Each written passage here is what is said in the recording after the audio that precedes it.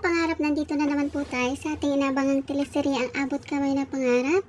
Dahil sa pangyayari sa restaurant kung saan binaril sana itong si Lynette pero nakailag ito dahil bigla silang nag-cover ni Katie doon sa ilalim ng misa. At ayun na nga, hinabol ni Doc Carlos yung kriminal at ayun na, abutan niya doon sa labas at binugbog niya ito at tinanong niya ito kung sino nag-utos sa kanya, pero hindi ito umamin kung kaya't talagang sinaktan ito ni Carlos at sabay takbo. At ito namang lalaki umalis na din dahil sa sobrang takot. Ito namang Giselle at Dr. RJ, kinausap nila ang abogado kasi pang hindi sila gusto sa resulta ng pagka-dismiss ng kaso ni Moira, kung kaya't nakiusap ito sa abogado na sana nagawa nila ng paraan. At nandun din itong si Justin at sinabi nito na baka naman daw may pira pang natira itong si Moira, pero sinabi ni Giselle kung sino ba daw ang nagpoprotekta o nagbibigay ng pera kay Moira, kasi ang pagkakaalam nila wala ng pera itong si Moira.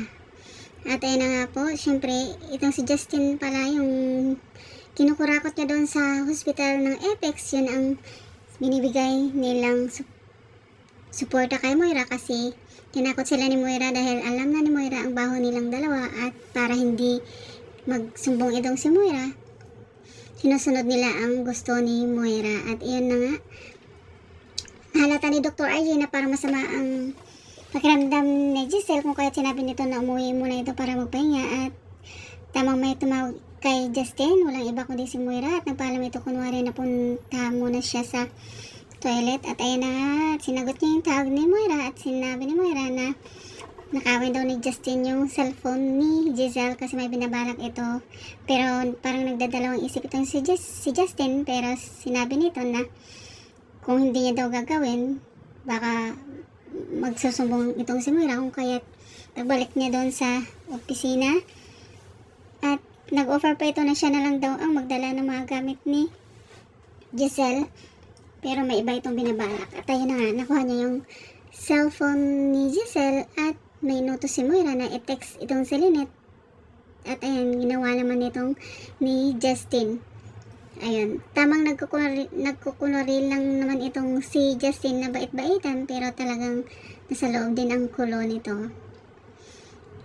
At ayun na nga guys, ito namang si Lynette nagkwento doon sa kina Annalyn tungkol sa nangyari sa kanya, pati na din sa kay Doc RJ, kung kaya't worried itong si Doc RJ na kung aalis daw itong si Lynette, kailangan may kasama ito at hindi ito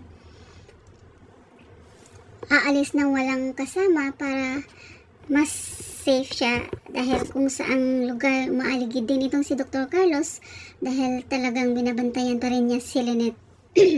Nakipag-meet itong si Moira kay Impoy. Si Impoy pala yung killer na nagtangkang barilin si Lynette doon sa restaurant, at nagalit itong si Moira dahil palpak daw ito, at may bago na naman itong inuutos dahil bago yon, nakatanggap ng text itong si Lynette na gusto makipag-meet si Giselle sa kanya. At sabi ni Annalyn kung gusto makipag-meet si Giselle sa kanya, dapat may kasama daw siya. Ayaw sana ni Lynette, pero nagpupumilit itong si Annalyn na samahan niya yung kanyang nanay.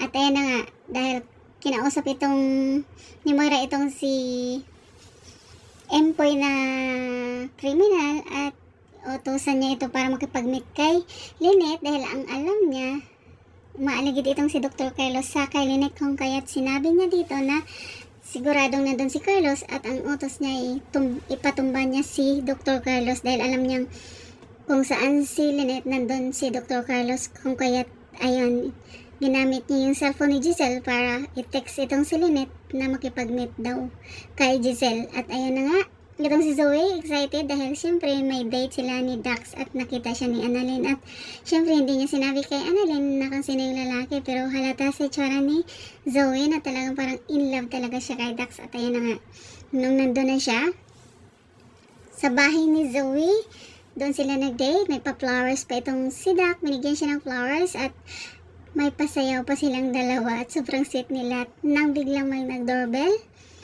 at sobrang nagulat itong si Dr. Carlos na nakita niya si Dax doon sa loob ng bahay ni Zoe at galit na galit ito at tinutukan niya ito ng baril at sabi niya babarilin niya daw ito. Tamang pagbaba ni Zoe, paglabas ni Zoe, nakita niya yan at hinarang niya ito at sinabi niya na wag daw ni Dr. Carlos saktan si Dax dahil mahal niya daw ito. At syempre gulat itong si Dr. Carlos dahil hindi niya akalaing mainlove ang kanyang anak sa isang kriminal at sinabi din niya na pareho lang daw naman sila. At ayan na nga, sa sobrang inis ni Dr. Carlos, dami niyang sinabi pero wala siyang nagawa dahil wala namang pakialam talaga si Zoe kung ayaw nila kay Dax dahil ang importante ginamit daw niya ang kanyang puso.